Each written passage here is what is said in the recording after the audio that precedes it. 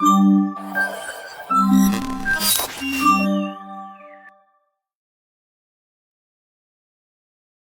today we have Sunil sir with us, and he is like a certified trainer from GFFI.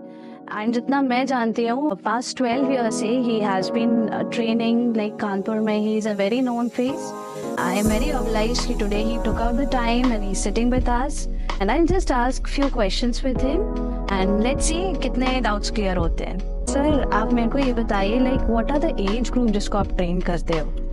मुझे personally ma'am मुझे youngster ज़्यादा पसंद है. Youngsters, okay, why? Youngster मतलब आजकल के जो यंगस्टर हैं वो थोड़ा सा उनको लगता है कि बॉडी बनाना उनको बहुत कॉम्प्लिकेटेड लगता है, तो उनको लगता है कुछ इजी सोर्स मिल जाए हमको. अच्छा, है ना? okay. उनको लगता है जैसे हमारे आजकल के जो रोल मॉडल है लाइक बॉलीवुड स्टार्स है, उनको लगता है ऐसी फिजिक बड़ी आसानी से 3 महीने में ट्रांसफॉर्मेशन हो गया, 2 महीने में ट्रांसफॉर्मेशन हो गया, बड़ा इजी टास्क है. पर एक्चुअली में ऐसा नहीं है ना? एक मिथ है, ये मिथ है क्योंकि उसके पीछे बहुत हिडन चीजें हैं जो हमको नहीं पता है. सही बात. मुझे लगता है यंगस्टर को थोड़ा सा गाइडेंस की ज्यादा जरूरत है क्योंकि फ्यूचर यही है हमारा.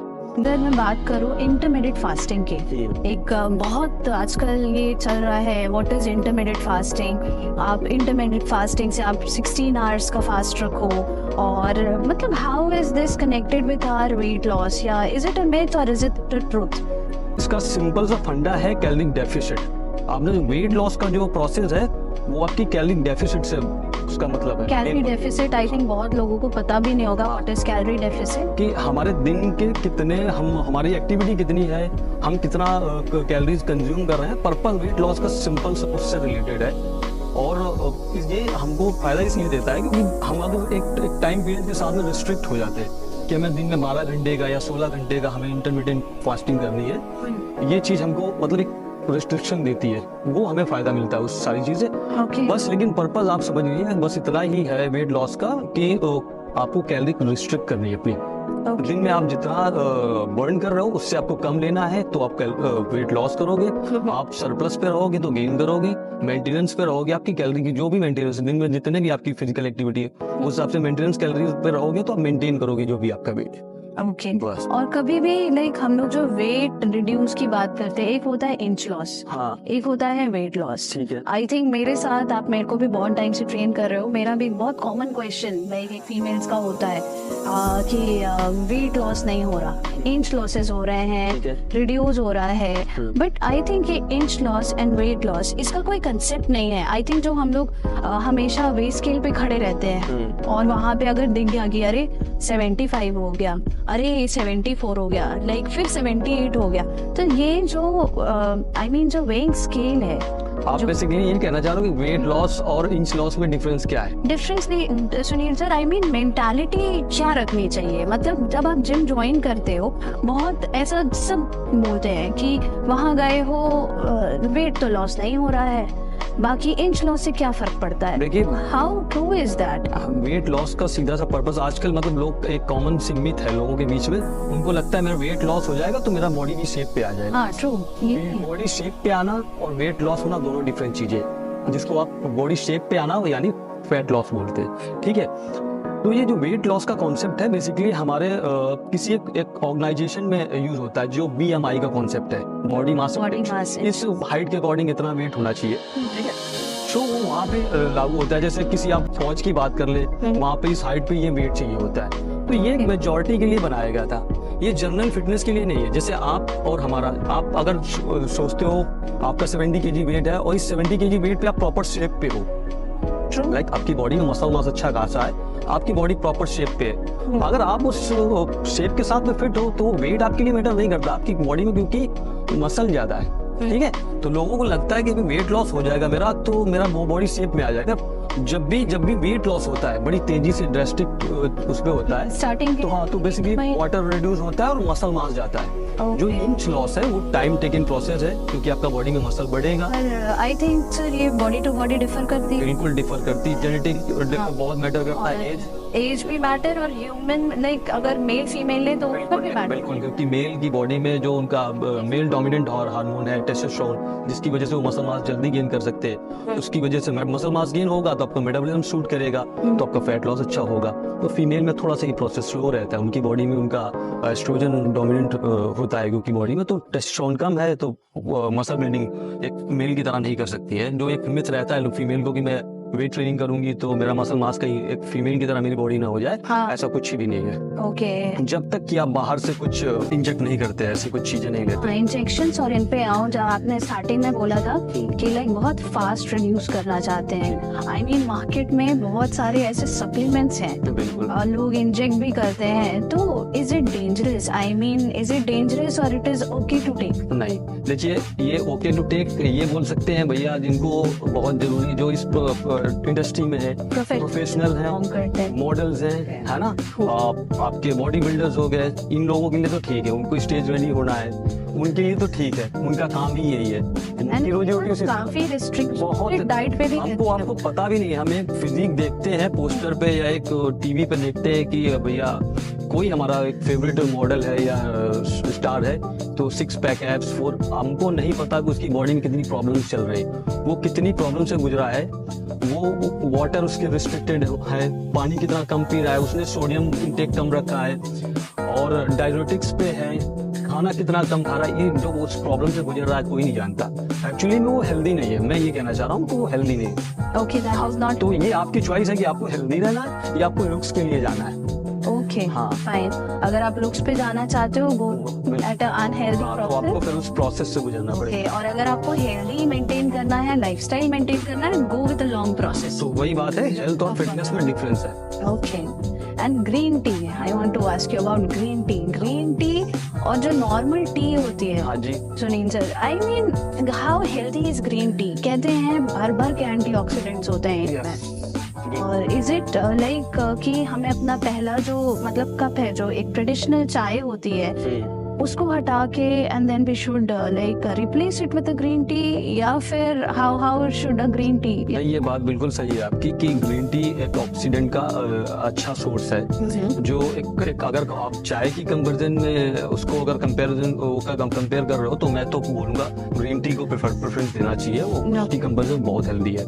क्योंकि आपको पता है कि एंटीऑक्सीडेंट हमारी बॉडी में फ्री रेडिकल्स को रिड्यूस करते हैं। फ्री रेडिकल्स जो हमारी बॉडी में इन्फ्लेमेशन बढ़ाते हैं, इन्फ्लेमेशन बढ़ेगी, कोर्टिसोल बढ़ेगा तो बीमारियां हमारी बॉडी में बढ़ेंगी, इन्फ्लेमेशन बढ़ेगी तो आपके बॉडी में तो भी बहुत सारे टर्म्स ऐसे नहीं पता है, समझ रहे हैं आप। तो वो एंटीऑक्सीडेंट क्या करता है, इन्फ्लेमेशन को कम करता है। इन्फ्लेमेशन कम होगी तो हमारी बॉडी रिलैक्स रहेगी, आपकी बाकी जो भी हीलिंग के प्रोसेस हैं वो सारे काम करेगी अपना। हाउ इम्पोर्टेंट इज स्लीप का आज की लाइफस्टाइल पे तो बहुत ज्यादा, मतलब स्लीप तो अपने आप में ये बहुत बड़ा, जैसे आप समझिए आपका फोन है, अगर जब तक आप इसको चार्ज नहीं करोगे तब तक इससे आप काम कैसे ले पाओगे? सेम बॉडी के साथ में है, जो हम स्लीप लेते हैं एक अच्छी क्वालिटी की स्लीप लेते हैं तो हम चार्ज कर रहे होते हैं बेसिकली, और हमारी बॉडी अपने जो दिन भर में काम किए हैं, जो हमारी बॉडी में वियर एंड टियर हुए हैं, डैमेजेस हुए, उनको हील कर रही होती है, हमारे हार्मोनल प्रोडक्शन कर रही होती है।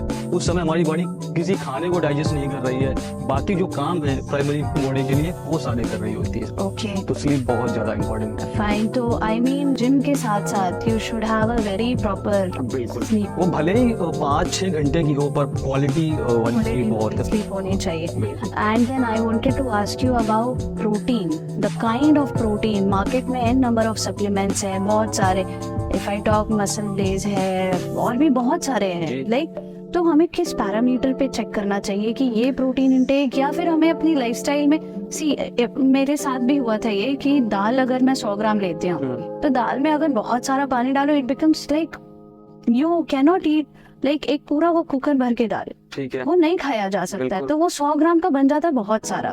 तो what is the natural source, और कैन बी लाइक हम इस तरीके के सप्लीमेंट पे जाना चाहिए क्या हम लोगों को? देखिए, सप्लीमेंट तो मैं सबको सजेस्ट नहीं कर सकता हूँ, क्योंकि सप्लीमेंट का मतलब मैम देखिए डाइट टू एडिशनल है ना, डाइट टू एडिशनल। हाँ, पहली आपकी प्रायोरिटी डाइट ही होनी चाहिए, आपका खान पान होना चाहिए।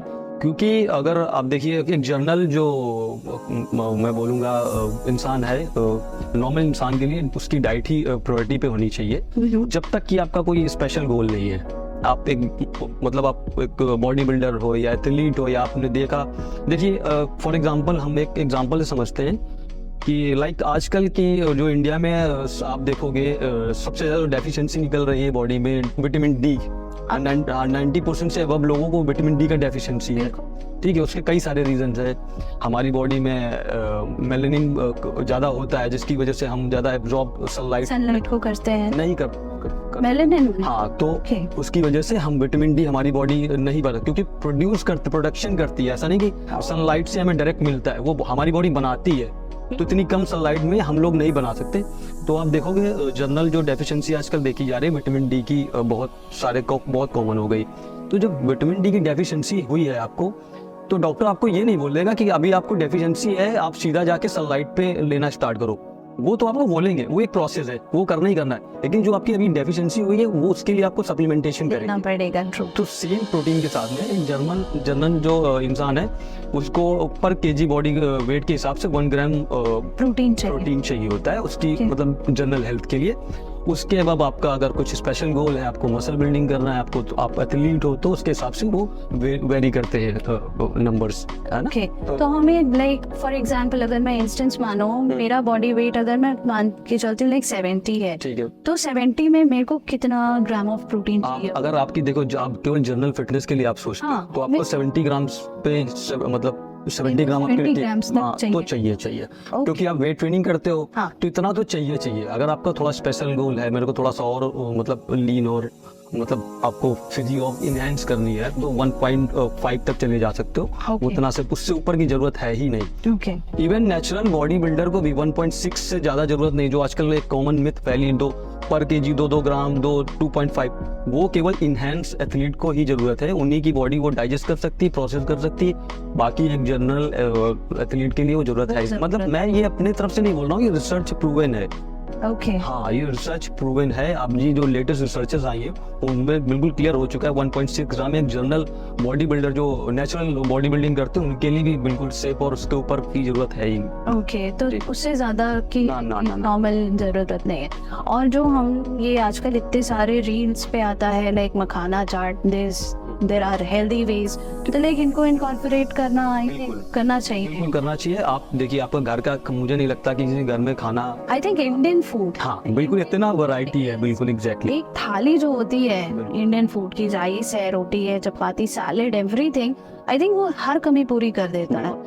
देखिए थोड़ा सा ये तो है, आप ये कह सकते हो कि इंडियन डाइट में थोड़ा सा कार्ब्स का इंटेक ज्यादा, जैसे आप दालों का ही ले। वेजिटेरियंस जो है उनका थोड़ा प्रोटीन इंटेक कम होता है, एंड नॉन वेज में आई थिंक नॉन वेजिटेरियंस उनका थोड़ा सा प्रोटीन इंटेक आई थिंक ज्यादा होता है। इस चीज को मैं मानता हूँ कि वेजिटेरियंस के लिए थोड़ा सा कॉम्प्लिकेटेड है प्रोटीन को, लेकिन आप बैलेंस कर सकते हो, आप मिक्स एंड मैच कर सकते हो। थोड़ी सी नॉलेज अगर आप एनहांस करो, तो ऐसा नहीं कि आप बहुत कॉम्प्लिकेटेड चीज है, थोड़ा सा मिक्स एंड मैच कर सकते हो, चीजों को ऐड कर सकते हो। आप दालें हैं, डेयरी प्रोडक्ट ऐड कर सकते हो, अगर है ना, अगर वो भी नहीं है देन सप्लीमेंट ऐड कर सकते हो। मतलब ये सब सप्लीमेंट तो बहुत बात की चीजें हैं, पर आप डाइट से ही अपना कंप्लीट कर सकते हो इन सारी चीजों। और एक चीज मुझे पूछनी थी, जनरली मेरा एक जो लुक होता है जिम को देखने का, जब मैंने ज्वाइन किया था, आई थिंक वहाँ जब तक आप एकदम ओबीज नहीं हो जाते, एकदम हम आगे है कि हाँ बच्चा बहुत ज्यादा मोटा हो गया है। आई थिंक आपके पास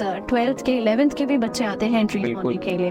वो जब तक उस लेवल पे नहीं पहुंच जाते हैं कि 80-90 kg हो चुका है, तब तक मैं जिम नहीं करूंगा। और जिम से एक्सपेक्टेशन क्या होती है, 3 महीने में कट से यू वेट गिर के आ जाए। तो what message do you want to give to these parents? देखिए इसमें सबसे ज्यादा मुझे लगता है पेरेंट्स को थोड़ा सा एजुकेट होने की जरूरत है। बिल्कुल, क्योंकि मेरा मानना है ऐसा मैम कि देखिए जो कल्चर आता है वो ऊपर से ही आता है। बिल्कुल, बच्चे देखिए हर चीज जो आप बताओगे वो नहीं सीखते, है ना, वो देखते हैं कि मेरे मम्मी पापा क्या कर रहे हैं, बहुत हाँ, कि मेरे घर में शुरू से क्या हो, शुरू से देख रहे हैं। अगर आप ऐसी एक्टिविटीज में इन्वॉल्व है, आप एक्सरसाइज करते हो, लाइक मेरे मतलब मेरा जो एक्सपीरियंस रहा है, मेरे फादर से बहुत ज्यादा मैं इंस्पायर रहा हूँ बचपन से। मैंने उनकी फिजिक देखी तो मैं देखता था बचपन में, मेरे को भी ऐसे ही मतलब मैं बड़ा हो जाऊंगा, मैं अपने भाई से बात करता था, कजिन ब्रदर से, कि मैं बड़ा हुआ तो अच्छा मेरे भी ऐसे मसल हो जाएंगे, हम लोग बड़ा डिस्कशन ये करते थे, तो ये घर में ही था ना, इसी ये चीज देखी मैंने ना, तब मेरे अंदर एक क्यूरियोसिटी आई कि हाँ ये कैसे होता है।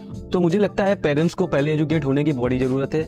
ऐसा समय ना आने दें कि आपसे जब तक सैचुरेशन ना आ जाए तब तक आपको चीजें समझ नहीं आ रही, फिर आप जिम जाके वो एक्सपेक्टेशन कर रहे हैं कि जो चीजें 10 साल में खराब हुई या 5 साल में खराब हुई हैं वो 3 महीने में आप ठीक कर लें, तो बिल्कुल आप नेचर के अगेंस्ट जा रहे हो। और इसीलिए आई थिंक ये भी हो जाता है कि जब जिम छूटता है वो वापस से वही हैबिट पकड़ते हैं और पूरा दोष जाता है जिम को कि तो तुमने बीच में तो बड़ा अच्छा रिड्यूस कर लिया, अब तुम वापस से तुमने जिम छोड़ दिया तो लो ये वेट दोबारा। मैम बहुत अच्छा क्वेश्चन है आपका, इस पे मैं आपको मतलब बोलना चाहूंगा कि लोगों का एक बड़ा जनरल क्वेश्चन रहता है कि भैया अब जिम छोड़ दूंगा तो बड़ी तेजी से वेट गेन होता है, मेरा गेन हो गया। भैया आपने जब वेट गेन लॉस किया था क्या किया था आपने? कोई डाइट करी थी बड़ी है, डाइटिंग पे अपना घर का खाना छोड़ दिया था आपने, आप एक ही टाइम खा रहे थे, वाटर पे थे, जूसेस पे थे, फ्रूट्स पे थे, क्या ये लाइफ टाइम तक कर पाएंगे आप? कोई नहीं कर पाएगा। जितने दिन आपने किया आपको रिजल्ट आया ना, बिल्कुल आपने, और उसके साथ में आपने मेहनत भी बढ़ा दी, आप एक्टिविटी भी ज्यादा कर रहे थे, चाहे वो किसी भी फॉर्म में हो, चाहे ट्रेडमिल कर रहा हूँ, चाहे वेट ट्रेनिंग कर रहा हूँ, आप ज्यादा कैलोरीज भी बर्न कर रहे थे, कैलोरीज कम खा भी रहे थे। जैसा कि मैंने आपको शुरू में ही बोला था ना कि वेट लॉस का सीधा सा फंडा आपकी कैलोरी डेफिसिट पे जाना पड़ेगा आपको, तो आपने डेफिसिट भी किया था और आपने कैलोरी बर्न करना भी ज्यादा स्टार्ट किया। अब आपने जैसे ही आप बाहर निकले दोनों चीजें आपने छोड़ दी, डाइटिंग भी छोड़ दी और एक्स्ट्रा जो कैलोरीज बर्न कर रहे थे वो भी छोड़ दिया, छोड़ता ना। डेफिनेटली देखिए कोई भी डाइट काम करेगी आपकी बॉडी में, पर वो लॉन्ग टर्म तक काम नहीं कर पाएगी, आप अपने ट्रेडिशनल फूड से अलग नहीं रह पाओगे। मेरा मानना ये रहता है आपके जितना आप फ्लेक्सिबल हो पाओ अपने डाइट के साथ में, जो भी आपके घर में खाना बनते हैं उन्हीं में आप थोड़ा सा एजुकेशन अपना वो करो और देखो कैसे मिक्स एंड मैच करके अपने न्यूट्रिशन का वो बढ़ा सकते हो। अगर आपकी एक्टिविटी बहुत ज्यादा नहीं है तो आप ज्यादा एनर्जी वाले सोर्सेज मत लो, लाइक रोटी चावल हमारे प्राइमरी सोर्सेज है एनर्जी के, कार्बोहाइड्रेट जैसे सबको पता है, तो ये आप कम रखिए ना। अगर आपकी बहुत ज्यादा फिजिकल एक्टिविटी रहती है तो आप खाइए, कोई problem. I would really like to make a note कि आपने बोला कम रखने के लिए, कुछ लोग क्या करते हैं, मतलब मैंने भी किया है ये, कुछ लोगों को क्या बोलूं, कम बोला जाता है। For example if I am eating 3 chapati at a time, कम बोला जा रहा है, पता चला एक्सट्रीम में अब आज से रोटी खत्म। लोग लिटरली खाते हैं, आई एम टेलिंग अबाउट, मेरे नोन में कई लोग हैं जो ये काम करते हैं और इसके बाद धीरे से क्या होता है विद इन अ वीक, यार वेइंग स्केल पे चढ़ के तो देख लिया, क्या फायदा हुआ, एक सप्ताह से रोटी नहीं खा रहे, बस वहां पे वो एक ये बहुत ज्यादा आई थिंक ना फिटनेस मस्ट बी लाइक बहुत इनकॉर्पोरेट होना चाहिए हमारी सोच से, और जैसा आप बोल रहे हो ना पेरेंट्स को बहुत एजुकेट होना चाहिए। और सुनील सर एक बात बताइए, पेरेंट्स के एजुकेशन का सोर्स क्या होना चाहिए? बिकॉज यू नो पेरेंट्स जब एक सर्टेन एज पे पहुंच जाते हैं 35 40 38 something like that, they just don't want to listen to anyone. बिल्कुल वो उनको ऐसा लगता है ना, I am not targeting on any of the parent, but मेरे को लगता है लाइफ जो है ना कांस्टेंट चेंज का नाम है, बिल्कुल है ना, लाइफ हमेशा कांस्टेंट चेंज का नाम है। जब आप कॉन्स्टेंटली अपने आप को अपग्रेड नहीं करोगे ना, ये आपका हर कुछ हैम्पर करेगा। It is going to hamper your thought process, जो आपके अगल बगल में है, it is going to hamper your. बिल्कुल सही बोल रहे हैं, है ना। तो लाइक आई थिंक चेंज होना समय के साथ, I think this is the key rule of ma'am, वो तो नेचर का, बिल्कुल दिस इज नेचर रूल जो स्ट्रीट। हाँ ये भी चीज है कि लाइक बहुत छोटे बच्चे हैं, लाइक हमारे घर में भी लाइक आधे थे, उनको जिम इंट्रोड्यूस करना, मेरे खुद के हस्बैंड का कहना था कि दीप्ति अभी नहीं जिम इंट्रोड्यूस करेंगे आद्या को, उसकी हाइट कम हो जाएगी, वेट उठाएगी, हाइट कम हो जाएगी। हाइट का वेट से क्या रिलेशन है? आई थिंक मेरे जैसे बहुत सारे पेरेंट्स होंगे जो वेट ट्रेनिंग को ये समझते हैं कि बच्चे की ग्रोथ हाइट सब खत्म हो जाएगी। नहीं, ऐसा कुछ नहीं मैम। देखिए मैं उन सब पेरेंट्स को बोलना चाहता हूँ, मतलब ये मेरे अपने थॉट्स नहीं है, ये रिसर्च आज तो अब देखिए सोशल मीडिया पे इतने सारे प्लेटफॉर्म है हमारे पास, एजुकेशन भर भर के पड़ी है, पर थोड़ा सा हमें स्मार्ट होना पड़ेगा कि क्या सही है क्या सही है क्या गलत। गूगल सर्च इंजन है, ठीक है, आप जो डालोगे वो मिलेगा, और आपको थोड़ा स्मार्ट होना पड़ेगा। ये बंदा जो बोल रहा है वो क्वालिफाइड है इस चीज के लिए कि नहीं है, कि कोई गली मोहल्ले का बंदा कल को ट्रेनर बन गया है, कल को डॉक्टर लिख रहा है, उसकी क्वालिफिकेशंस क्या है, ये थोड़ा सा आपको चेक करना पड़ेगा। आज आप लिख के कुछ भी डाल दीजिए, ठीक है, गूगल पे वो आ जाएगा ना, आपको देखना पड़ेगा सही गलत क्या है, वो आपका वो सर्च इंजन है, ठीक है। तो आपको इस बारे में थोड़ा सा एजुकेट होना पड़ेगा पेरेंट्स को कि सही गलत क्या है। और जैसे आप पूछ रही थी, आपका क्या क्वेश्चन था? वो बच्चों के लिए राइट एज, मतलब अगर वो वेट गेनिंग, वेट और वेट अगर खाएंगे, ये बताइए आजकल के बच्चे जा रहे हैं, उनके स्कूल बैग का वेट क्या हो रहा है बताइए?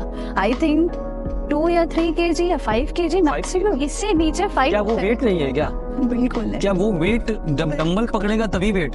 देखिए वेट का और हाइट ये जिससे कोई लेना देना नहीं, ये प्योर जेनेटिक है, मतलब ये रिसर्च अब तो प्रूव कर रही है मैम। आप देखिए बाहर जो लेबरर्स हैं, जो बाहर रह रहे हैं, उनको तो न्यूट्रिएंट की इतनी डेफिशिएंसी होती है। सही बात। आप देखिए उनके बच्चे कुछ बड़े लंबे अच्छे फिट के हो जाते हैं, उनको कौन सी ज्यादा न्यूट्रिशन मिल गया? वो तो बचपन से जो है काम कर रहे हैं, जेनेटिक्स, प्योर जेनेटिक है, प्योर जेनेटिक्स है। और जो हम बात करते हैं न्यूट्रिशन की, वो कई सालों में चेंजेस आते हैं, कई पीढ़ियों में चेंजेस आते हैं। अगर आपकी आज की पीढ़ी न्यूट्रिशन डेफिशिएंट रही है, 2 पीढ़ियां डेफिशिएंट रही है, तो फिर ये 1-2 पीढ़ियों में दिखेगा। लेकिन आज अगर आप वेट उठा रहे हो तो उससे उसका कोई लेना देना नहीं है। वो डिपेंड करता है टोटली, वो जेनेटिक किसका मिला, आपका मिला है, फादर का मिला है, मदर का मिला है, नाना का, नानी का, किसका डोमिनेट एंड किसका डोमिनेट कर रहा है, वो हाइट प्योर उस पे ना कोई हाइट उसकी बढ़ा सकता है, कोई एक्सरसाइज, कोई रिलेशन नहीं, ना कोई एक्सरसाइज हाइट बढ़ा सकती है ना ही घटा सकती है, कोई जेल कोई पिल ना कुछ काम नहीं करेगा। आप देखते हो इतने सारे एड्स, है ना, आप देखो गाड़ियों के पीछे पोस्टर्स लगे हैं, कद बढ़ाए, ये बना, कुछ नहीं, कुछ काम नहीं कर सकता। सिर्फ जेनेटिक्स वर्क करता है, प्योर जेनेटिक्स, हाइट के लिए, हाइट के लिए, करेक्ट। हाँ, ओके। और दूसरी चीज ये जो अल्ट्रा प्रोसेस्ड फूड है आजकल में, एकदम बिल्कुल पैलेटेबल, कि एक बार खाओ दूसरी बार खाने का मन करेगा, दूसरी बार खाओ पूरा पैकेट खत्म करने का मन करेगा। How is this like taking into a new fatty liver का केस बहुत ज्यादा आ रहा है, ठीक है, हार्ट स्ट्रोक्स बहुत ज्यादा हो रहे हैं, लाइक इसमें ultra processed food, what you have to say on that? Ma'am देखिए, आप देखते हो कि मतलब जो भी चीज पैकेट में है उनकी सेल्फ लाइफ क्या है ना? शेल्फ लाइफ तो आई थिंक बहुत, इतना प्रिजर्वेटिव होता है उनके अंदर, वो खत्म ही नहीं हो सकते। I am telling about chocolates, जो मैं चॉकलेट खरीद के लेकर आई हूँ, आई थिंक हो गया था उसको, आपसे मेरी बात हुई थी शायद जिम में इस चीज को लेकर, उसको हो गया था ऑलमोस्ट 2 years। उसमें ना चींटी लगी ना कुछ और हुआ। मेरे को लगा इससे ज्यादा डेंजरस कुछ नहीं हो सकता अगर मैं अपने बच्चों को दूं या किसी और को भी दूं। आप एक एग्जांपल भी समझ सकते हो मैम कि आपने कोई एक लड्डू ही बना लिया अपने घर पे, ठीक है, सिंपल सा, तो उसको आप बना के कितने दिन तक आप प्रिजर्व रख सकते हो ही नहीं सकता, ट्रू। जब तक कि आप ये सारे केमिकल ऐड नहीं कर रहे हो तो आपको नहीं पता उसमें क्या क्या ऐड हो रहा है। क्रेविंग उन्हीं सब चीजों से बढ़ती है, बिल्कुल, ठीक है, और वो आपकी बॉडी में जाके किस तरह से रिएक्ट कर रहे हैं, इसीलिए बच्चे बार बार वो सारी चीजें मांगते हैं। तो अब अच्छा एक और चीज है, बच्चे छोटे हैं, उनका छोटा पेट है, इन सब चीजों से उनका पेट भर जा रहा है, तो वो फूड क्यों मांगेंगे? टेस्टी ज्यादा है वो एक्चुअली, क्योंकि आपने इंट्रोड्यूस कभी किया ही नहीं ना, नॉर्मल सिंपल फूड आपने इंट्रोड्यूस। तो आपको अगर शुरू से आपने फूड इंट्रोड्यूस नहीं किया है, आप सोच रहे हो कि ठीक है पैकेट वाला ले लो, ये उसके लिए ठीक है, वो मांग रहा है, अगर आप हर चीज उसको आसानी से दे रहे हो तो फूड क्यों खाएगा आपको, मतलब आपके अकॉर्डिंग क्यों चलेगा? सही बात। आप देख रहे हैं कि हमारे पेरेंट्स खुद ही वो आइसक्रीम खा रहे हैं, वो खुद ही चिप्स खा रहे हैं, तो आप उसको बोल रहे हो कि तुम खाना खाओ, तुम एप्पल खाओ, वो कैसे करेगा बताइए? ट्रू, मतलब जैसा बताया कि हाँ वो सब पेरेंट्स को देखते हैं, वो अपने आसपास देखते हैं हमारे बड़े क्या कर रहे हैं। बिल्कुल। No, like I think आपका क्या मैसेज होगा सुनील सर? एंड हाँ, फीमेल्स के लिए एक और चीज थी, I have just heard it, like gym में ही आई जस्ट हर्ड इट कि लाइक जो फीमेल्स जिनका सिजेरियन हो चुका है वो वेट ट्रेनिंग नहीं कर सकती हैं। नहीं, कुछ टाइम होता है, अगर कुछ बहुत कॉम्प्लिकेशन है तो सबसे पहले तो मेडिकेशन आता है। देखिए डॉक्टर पहले आते हैं, हम लोग बाद में आते हैं। पहले डॉक्टर आपको सजेस्ट करेगा कि आपको ये करना है, ये नहीं करना है, ठीक है। अगर डॉक्टर प्रिस्क्राइब कर रहा है कि आप 3 महीने बाद वेट ट्रेनिंग कर सकते हो, 2 महीने बाद कर सकते हो, उसके बाद ही हम आते। हम अपना कोई सजेशन डॉक्टर के पहले नहीं दे सकते।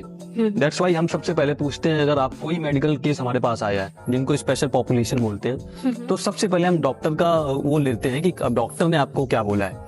अगर डॉक्टर ने उनको बोला है कि भैया आप 2 महीने बाद या मैम आप 2 महीने बाद या 3 महीने बाद आप वेट ट्रेनिंग कर सकते हो, तो एज अ बिल्कुल बिगिनर की तरीके उनके अगर देखते हुए ये सब सारी चीजें देखते हुए उनका पास्ट एक्सपीरियंस क्या है, एक्सपीरियंस, आई मीन अगर करंट सिचुएशन क्या है, ओके, है ना, कहीं बहुत ज्यादा प्रॉब्लम तो नहीं है, कोई इंजरी है, या जैसे आपने बोला कि पोस्ट प्रेगनेंसी के वाले केसेस हैं, सिजेरियन वाले केसेस हैं, तो उन सब चीजों को देखते हुए मतलब उस हिसाब से हम उनका प्रोग्राम डिजाइन करते हैं और बहुत सारे फैक्टर्स पे डिपेंड करते हैं। जैसा कि मैंने बताया, पास्ट एक्सपीरियंस अगर अच्छा है उनका, वेट ट्रेनिंग करते रहे तो जल्दी से कवर कर लेंगे उन सारी चीजों को। कोई इंजरी नहीं है तो बहुत सारे फैक्टर है उसमें। और कुछ लोग ऐसे होते हैं जो एक्सरसाइज के नाम पे 4-4 घंटे जिम में जाते हैं, रहते हैं, ऐसे काफी सारे लोग हैं। तो लाइक इतना सारा exercise, do is it also, जैसा आप बोल रहे हो वेट बढ़ाने के लिए, तो वेट मुझे लगता है वेट बेसिकली वही लोग बढ़ाते हैं जिनको मसल बिल्डिंग ज्यादा करना है, वो लोग ज्यादा वेट उठाते हैं। तो वेट उठाने का कॉन्सेप्ट है प्रोग्रेसिव ओवरलोड। तो प्रोग्रेसिव ओवरलोड का जो प्रिंसिपल है वो कई सारे हैं। जरूरी नहीं आप वेट उठा के ही अपने देखिए मसल ग्रो कैसे करता है। आज आपने कोई स्ट्रेस डाला, लाइक आप बॉडी वेट ही एक्सरसाइज कर रहे हो, आप पुशअप्स लगा रहे हो, ठीक है, तो एक लोड पड़ा ना उस मसल पे, आपके जो भी मसल यूज हुए, ट्राइसेप, शोल्डर, चेस्ट आपका प्राइमरी था, कोर, ठीक है, तो वो जो भी लोड पड़ा उस पे, तो उस लोड को अब झेलने के लिए नेक्स्ट टाइम वो तैयार हो गई, उस वेट के साथ वो अडॉप्ट कर गई। अडॉप्ट कैसे करी? अब उसके एवरेज में उसने अपने आप को ग्रोथ करा, मसल ने ग्रो किया कि नेक्स्ट टाइम अगर मेरे ऊपर ऐसा लोड पड़ेगा तो मैं इसको झेलने के लिए तैयार हूँ। यही सर्वाइवल है, हम ऐसे ही सर्वाइव हुए हैं, तो हमारा मसल ऐसे ही ग्रो करता है, ठीक है। नेक्स्ट टाइम हम क्या करेंगे, या तो हम लोड पर डालेंगे उसके ऊपर। हमने अगर 10 रेपिटेशन लगाए थे, 70 किलो से मान लो बेंच लगाई थी, तो हम 75 किलो या 72 किलो या 71 किलो से 10 रेपिटेशन टारगेट करेंगे। ये प्रोग्रेसिव ओवरलोड का एक कॉन्सेप्ट हो गया।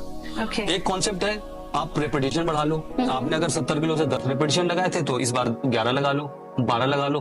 फिर आपका मसल शॉक हुआ, अब उस लोड को झेलने के लिए उसने अपने आप को तैयार किया, उसके हाँ उसके अगेंस्ट अपने आप को ग्रो करा। तो मसल बिल्डिंग, टिश्यू बिल्डिंग का जो ये कॉन्सेप्ट होता है, इनके कई सारे तरीके हैं। आप टेम्पो स्लो करके, फिर वो तो साइंस थोड़ी सी उसमें जब प्रॉपर मसल बिल्डिंग पे आते हैं, जब तक like person to person differ करता है। बिल्कुल कि अगर आपने पहले ट्रेनिंग की हुई है और आपने अगर 1 वीक का ब्रेक ले लिया और आपने 1 वीक के बाद वापस से सोचा कि अब मैं 100 केजी उठा रहा हूँ या उठा रही हूँ, तो अब इस पे अगर 20 केजी का और प्रोग्रेशन वाला लोड दूं तो वो आपके लिए बेटर है। मतलब वो आपके मसल को और स्ट्रॉन्ग और जैसा आप बता रहे हो शॉक और देगा, एंड देन बिल्ड होगा, मसल बिल्ड होगा। बट जो एकदम नए जाते हैं और वो सोचते हैं कि मेरे को तो कुछ नहीं होगा, लाइक वो 80 केजी उठा रहा है, मैं 90 केजी उठा के दिखाऊंगा, तो I think this is not correct. ये करेक्ट नहीं है।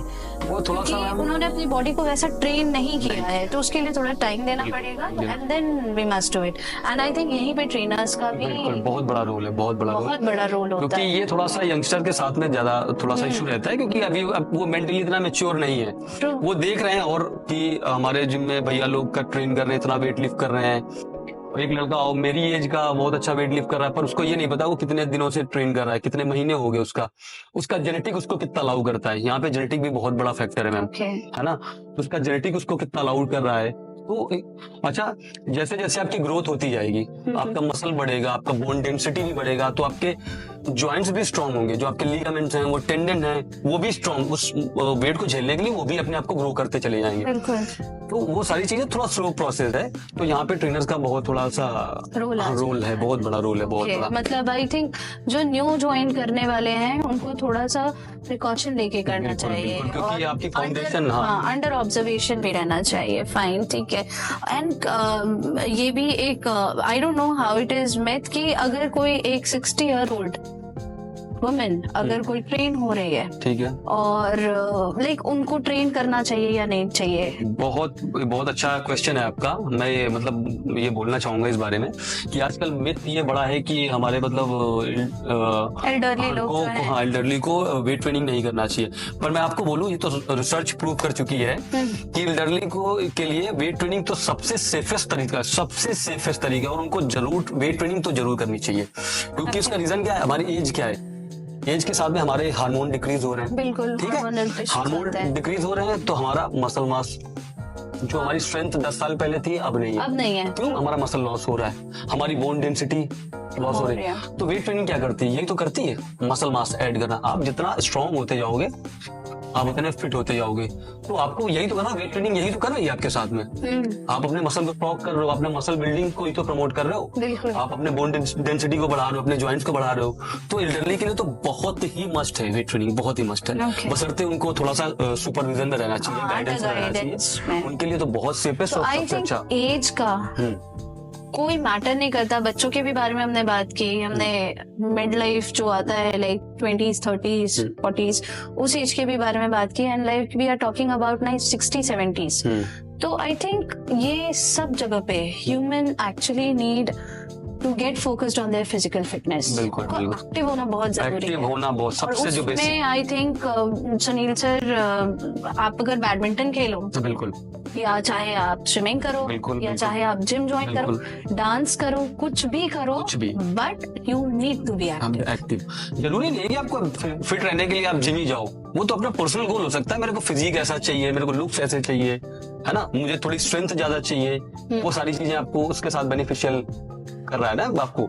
लेकिन आप ये जरूरी नहीं कि आपको फिट रहना तो आप जिम जाओ। जिम एक आसान तरीका हो गया है, जो अंदर जाके एक अच्छा एटमॉस्फेयर मिल रहा है, हाँ, एक दूसरे से लोग इंटरेक्ट कर रहे हैं, एक दूसरे से मोटिवेट हो रहे हैं। भी है बिल्कुल, मेरे लिए भी it's a happy place. I mean I go, I interact, and हर बंदे को लाइक 24/7 में 1 घंटा 1.5 घंटा अपने लिए खुद के लिए बिल्कुल निकालना चाहिए। वो बहुत इम्पोर्टेंट है, क्योंकि वही बात है कि सरवाइव नहीं करेंगे तो फिर आई थिंक हर चीज, अगर आप खुश नहीं हो, आई थिंक आप किसी को खुश नहीं रख सकते हो।